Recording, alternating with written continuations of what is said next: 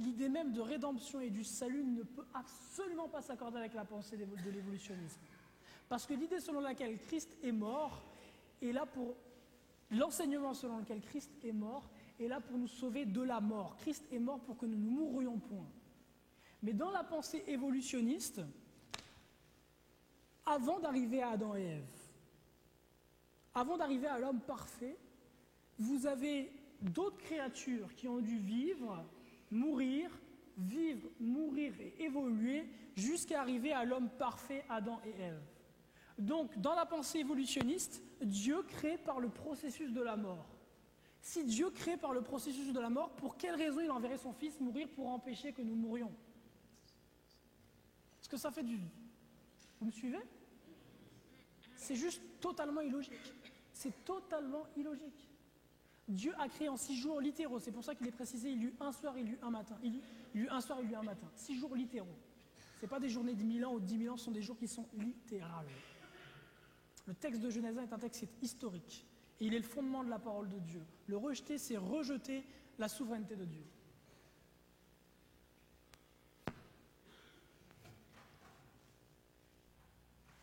Alors parlons maintenant de la société théosophique, de la pensée postmoderne et du mouvement New Age. Quand je vous parle du New Age, grosso modo, l'image que vous pouvez avoir à l'esprit, c'est les hippies. Vous connaissez les hippies? Mouvement des années 68, là, Baba Cool, tout ça, ça c'est le New Age en pile. Exactement le New Age et la pensée postmoderne. Aujourd'hui, tout ce qui a trait avec le yoga, les chakras, le kundalini, toutes ces choses-là, là, ok, ça dérive de ça, du travail en fait de la société théosophique. Donc on va voir ce qu'est la société théosophique.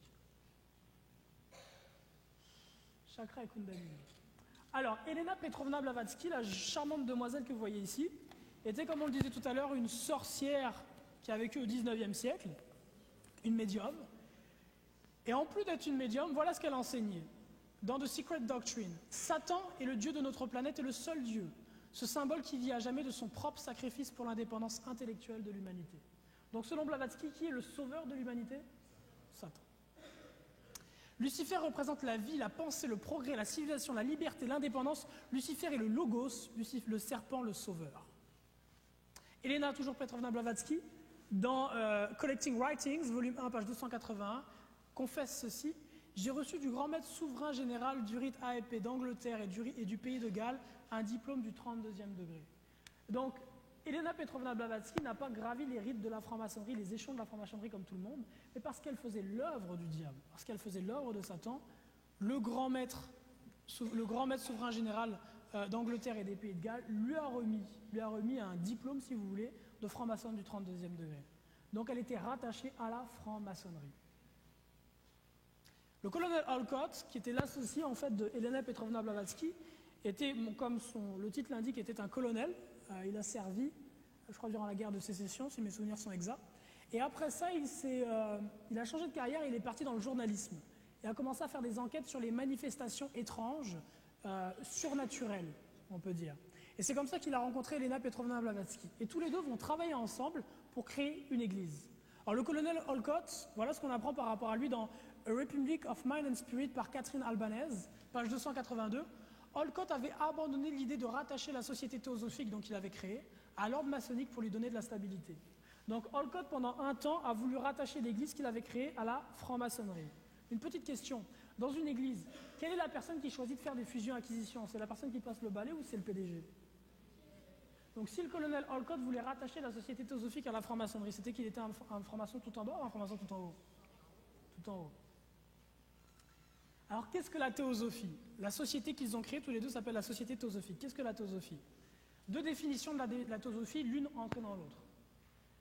Premièrement, toute philosophie soutenant que la connaissance de Dieu peut être atteinte par l'extase spirituelle, l'intuition directe ou une relation individuelle spéciale, et particulièrement le mouvement fondé en 1875 comme la Société théosophique par Elena Blavatsky et Henry Steele Olcott.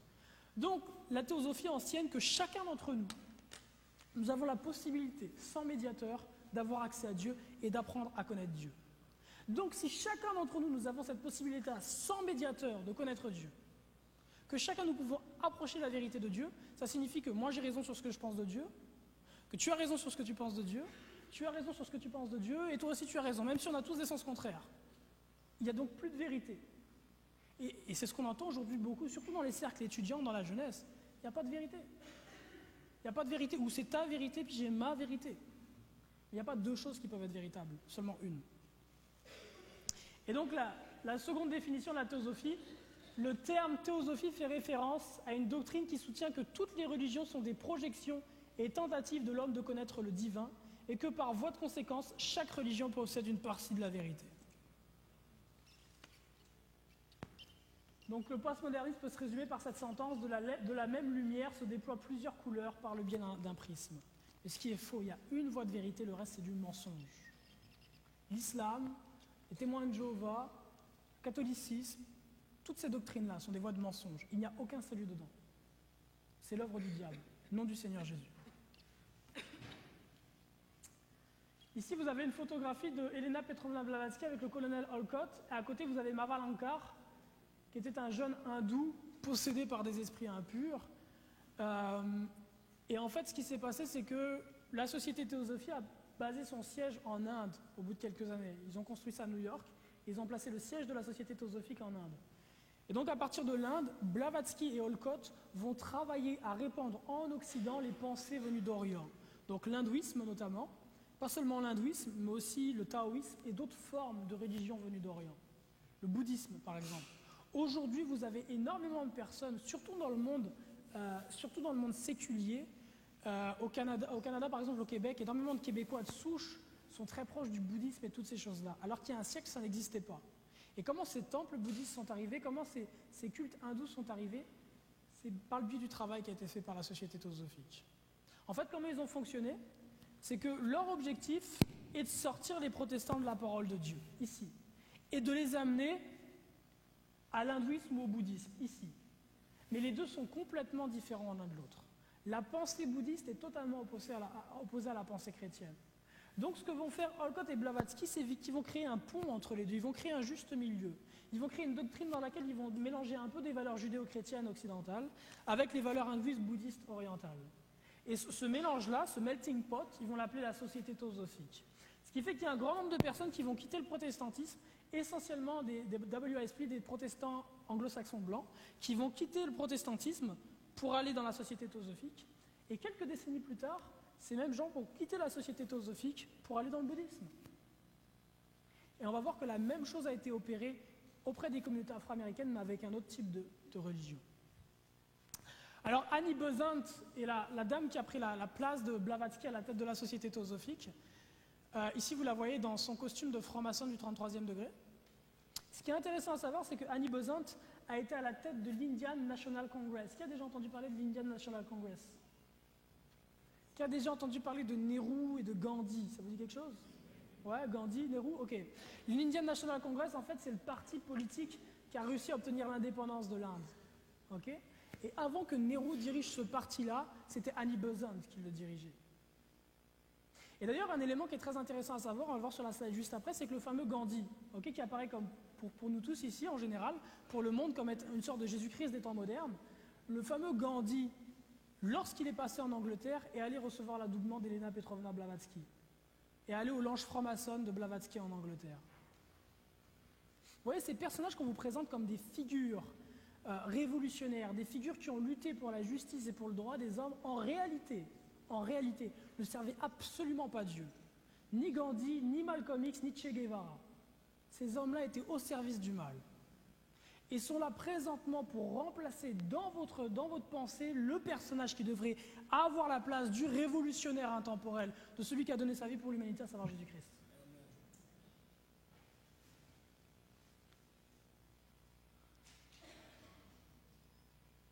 Ok, donc ici sur cette photo ici vous avez Gandhi, dans sa jeunesse, dans la vingtaine. Dans un livre écrit par Charles Freer Andrews sur le Mahatma Gandhi, voilà ce qu'on peut lire. En novembre 1889, Gandhi visita la loge Blavatsky à Londres et rencontra Blavatsky et Annie Besant, deux membres de la société, ont aussi recommandé que Gandhi lise le Bhagavad Gita, qui est un livre de fondement de l'hindouisme. Alors, Alice Ann Bailey va être une des disciples de la société théosophique et va la première parler d'une expression qui aujourd'hui est très répandue, qui est l'expression New Age. Alors ces livres, elle va les publier sous la compagnie Lucis Trust, qui à la base s'appelait la Lucifer Trust. Et son époux, son veuf, Foster Bailey, va écrire plus tard un livre qui s'intitule The Spirit of Masonry, puisque les deux étaient très proches de la franc-maçonnerie. Et voilà ce que dit Alice Ann Bailey dans l'un de ses livres. Je me consacre à nouveau au service de celui qui vient, The Coming One, et je ferai tout ce que je peux pour préparer l'esprit et le cœur des hommes à cet événement. Je n'ai pas d'autre intention dans la vie. Donc Alice Bailey dit qu'elle va consacrer sa vie à préparer la venue du Coming One, de celui qui vient. De qui est-ce qu'elle parle à votre avis? Du Christ ou de l'Antéchrist? Ce qu'elle dit, c'est qu'elle va consacrer sa vie à préparer sa venue. Et c'est effectivement ce qu'elle a fait, elle a consacré, elle a sacrifié sa vie à préparer la venue de l'Antéchrist. Combien plus nous devrions nous sacrifier nos vies à préparer le retour de Christ? Ce matin, le prédicateur disait que nous sommes des Jean-Baptiste, des Élie des temps modernes. En tout cas, que nous sommes censés être des Jean-Baptiste et des Élie des temps modernes. À aller crier dehors, prêcher l'évangile dehors à ceux qui sont perdus, ceux qui veulent et ceux qui ne veulent pas entendre. Ceux qui travaillent pour Satan le font. Mais nous qui sommes censés travailler pour Dieu, nous ne le faisons pas. Dieu a dit qu'il vomirait là où glissait de sa bouche. Et c'est sérieux. C'est un avertissement à prendre. Il faut se repentir. Dans Running God's Plan, Foster Bailey, le veuf de Alice Ann Bailey, dit ceci: il y a eu une tentative de commencer par unir les peuples vivant dans la vallée du Rhin. Cette tentative fut faite par un disciple mais n'aboutit pas. Actuellement, une autre tentative est en cours. De quel disciple il parle? Donc, un contemporain de Alice Ann Bailey et de Foster Bailey. De quel disciple il parle qui a essayé au XXe siècle de réunir les peuples de la vallée du Rhin? Adolf Hitler. Adolf Hitler, qui était membre d'un groupe Illuminati qui s'appelait le groupe de Thulé, et dans lequel le livre à la base de l'enseignement était les Secret Doctrines de Blavatsky. Et ensuite, il dit actuellement une autre tentative est en cours. En 72, il dit ça. De quelle tentative il parle? L'Europe. L'Europe.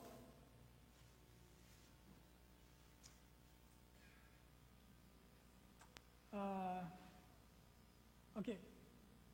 Ici, Robert Muller qui a été un assistant du secrétaire. Excusez-moi.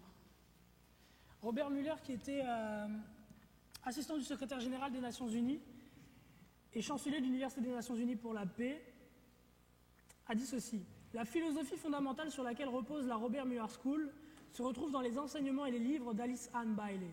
Donc cet homme qui était très puissant au niveau des Nations Unies dit que le fondement de sa pensée repose sur les écrits d'Alice Ann Bailey. Et il faut savoir que les Nations Unies ont un rôle très important dans les décisions qui sont prises au niveau de l'éducation sur le plan mondial. Que chaque éducation nationale, si vous voulez, de chaque pays sont très influencées par les décisions qui sont prises au niveau des Nations Unies sur le plan de l'éducation. Par exemple, il y a un élément qui commence à être enseigné en France ici, qui est la théorie du gender. Vous en avez entendu parler? Théorie selon laquelle on ne naît pas homme, on ne naît pas femme. Mais on le devient. C'est-à-dire qu'à 6 ans, tu vas à l'école, puis la prof te regarde et te dit: est-ce que tu as déjà choisi, c'est plutôt les garçons ou les filles? Mais il me semble qu'à la naissance, Dieu a déjà choisi pour l'enfant, non? Mais ça, aujourd'hui, c'est ce qu'on enseigne dans les écoles. En France, au Québec, partout en Amérique et en Occident. C'est ce qu'on enseigne aux enfants dans les écoles. Laissez aujourd'hui des enfants en bas âge se faire enseigner par des personnes qui ne croient pas en Dieu et qui croient dans des abominations pareilles, c'est les mettre sur le chemin de l'enfer. L'éducation des jeunes enfants chrétiens de l'Église devrait être avant tout faite par leurs parents. Laisser son fils ou sa fille, et je sais que c'est pas facile, mais laisser son fils ou sa fille pendant une journée de 10 heures à l'école se faire enseigner par une personne qui ne connaît pas Christ et l'avoir simplement 2 heures par jour pour le nourrir et le coucher, ne vous étonnez pas si à 15-16 ans, votre gamin ne vous respecte plus et ne connaît pas Dieu. Parce que vous n'avez pas fait son éducation. C'est un païen qui a fait son éducation.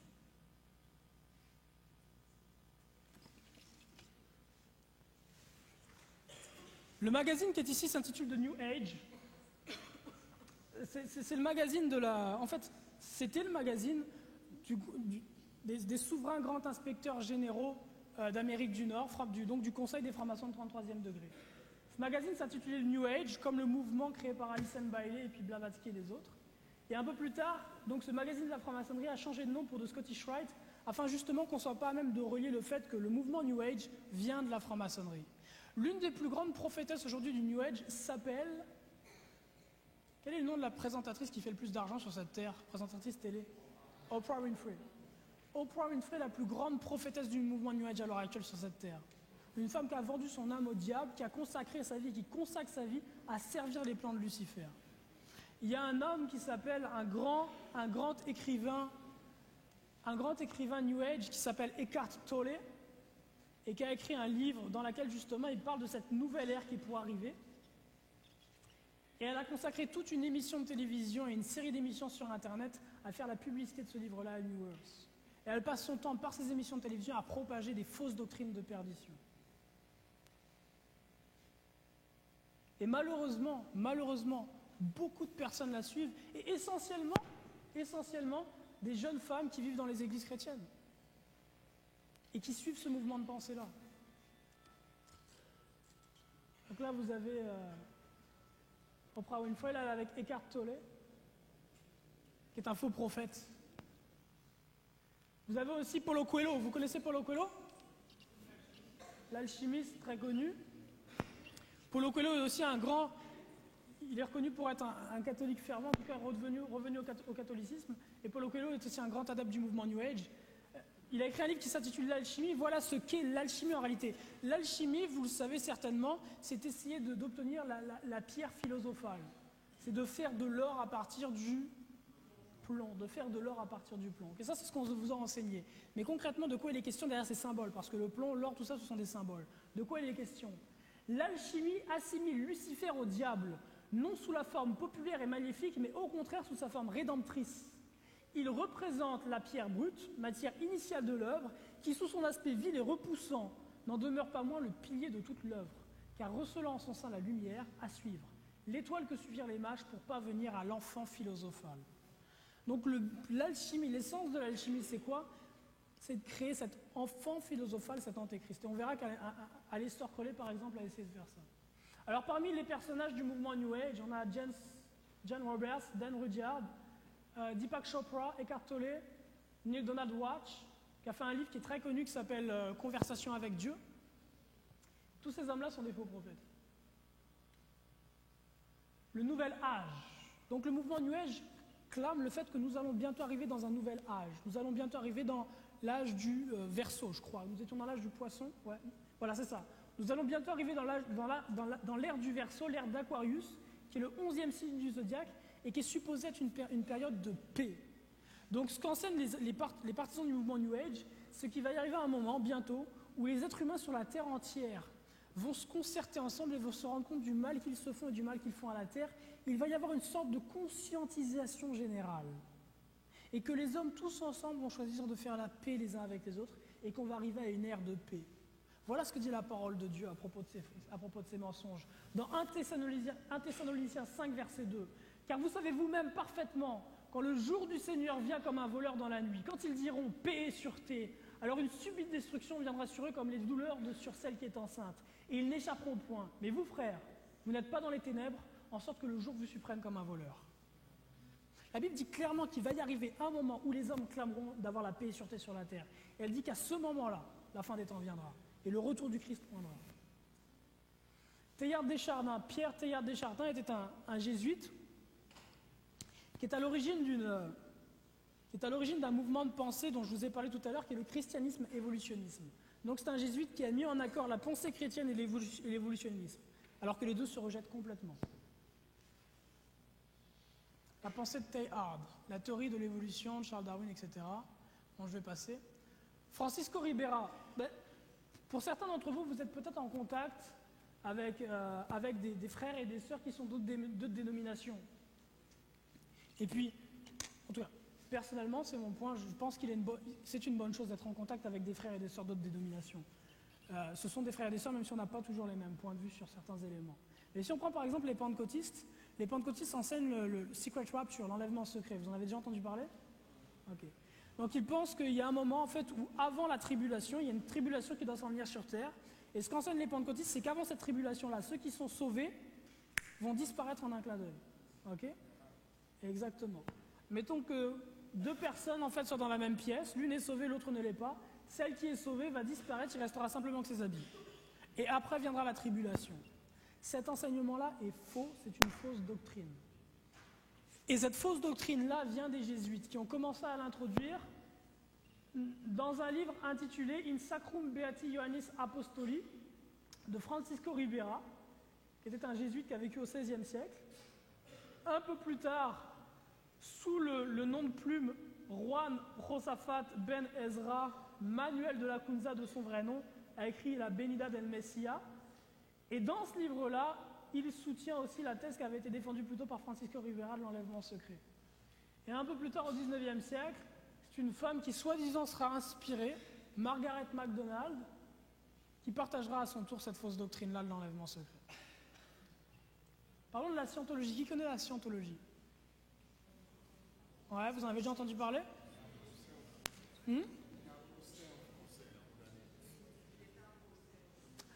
Alors la scientologie, d'où vient la scientologie?